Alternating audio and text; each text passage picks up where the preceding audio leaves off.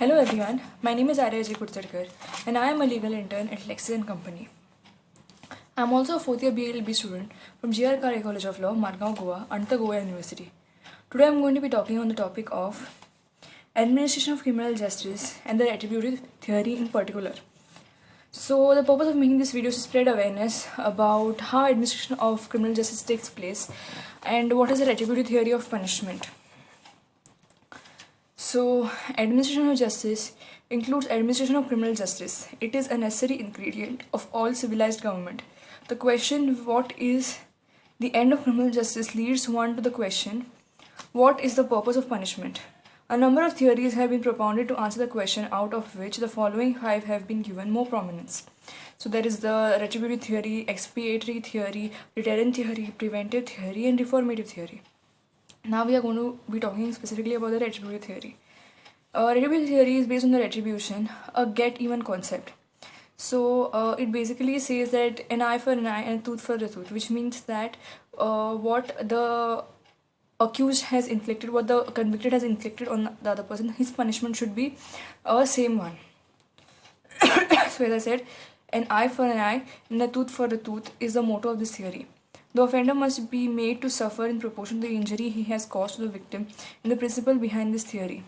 The instinct of revenge gets an upper hand. Retaliation becomes overbearing.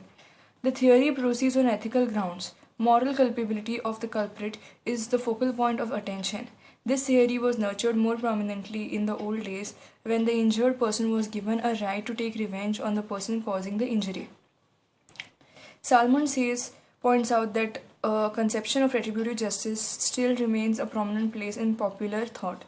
It flourishes also in the writings of theologians and protagonists of the theological modes of thought, and even among the philosophers it does not lack advocates.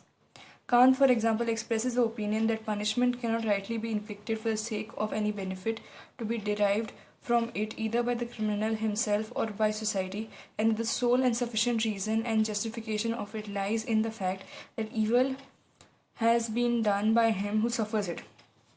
Salmon observes that retribution means basically that the wrongdoer pays for his wrongdoing.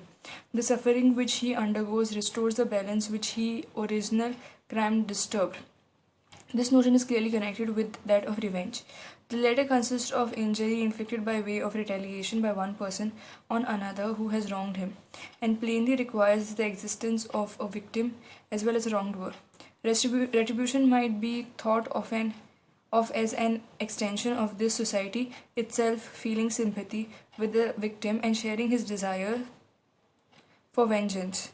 But when the revenge gives way to retribution, the emphasis is no longer on assuaging the victim's feelings, but on seeing that the wrongdoer gets his deserts. There is also an idea connected with victim's feeling, but no seeing that the wrongdoer gets his deserts.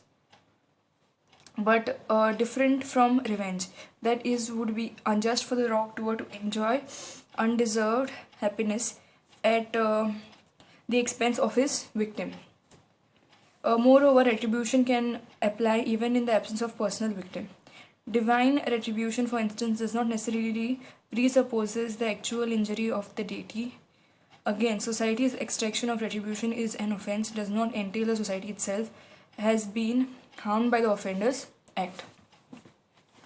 So please do like, share, subscribe and comment on my video, and please do like, subscribe our channel LexClick, and make sure to press the bell icon to get notification when we post a video. Also, please give me a feedback on this video and previous videos which you can see on this YouTube channel. Also, if you have any questions related to this video or any previous videos, please post it in the comment section below. I will reply as soon as possible. This video doesn't solicit any type of promotion or advertisement as per the guidelines of Bar Council of India, and the sole purpose of making this video is for educational purposes only. Thank you.